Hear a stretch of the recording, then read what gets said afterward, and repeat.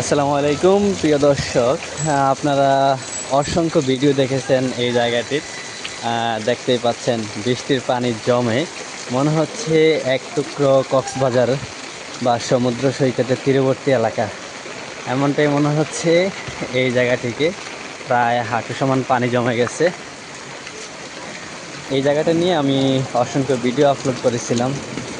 হয়তো অনেকেই বারবার একই জায়গায় ভিডিও দেখে অনেকটা বিরক্ত, কিন্তু তারপরও যখন সব সময় আসা যাওয়ার মধ্যে এই জায়গাটা চোখে পড়ে তখন খারাপ লাগে, যার জন্য ভিডিও তৈরি করি।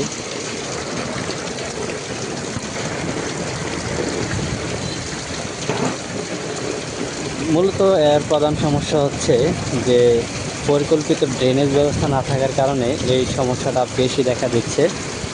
তো এখানে কিন্তু একটি সরু ড্রেন রয়েছে, কিন্তু তারপরে সেই ড্রেনটি বন্ধ থাকার কারণে পানিগুলা কোথাও সরে যেতে না পারায় এখানে তৈরি করেছে যেন একটি ছোট্ট সমুদ্র।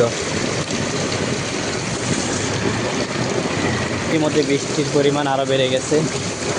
আপনারা দেখতে পাচ্ছেন কী পরিমাণ বৃষ্টি হচ্ছে। আর এখান দিয়ে তো হাঁটা চলার অবস্থা নেই, গাড়ি ঘোড়া চলারও কোনো অপশন নেই, এমনিতেই ভাঙা রাস্তা। পূর্বে অনেকগুলো গাড়ি যখন দুর্ঘটনার শিকার হয় তখন সড়ক ও জনপথ বিভাগ তাদের ইট এবং বালি দিয়ে সেই গর্তগুলো ভরাট করে দিয়ে যায়। পরবর্তীতে বৃষ্টির পানি এসে সেখান থেকে বালিগুলো চলে যায়, দেন সেই ইটগুলো সরে গিয়ে আবার গর্ত তৈরি হয় নতুন করে।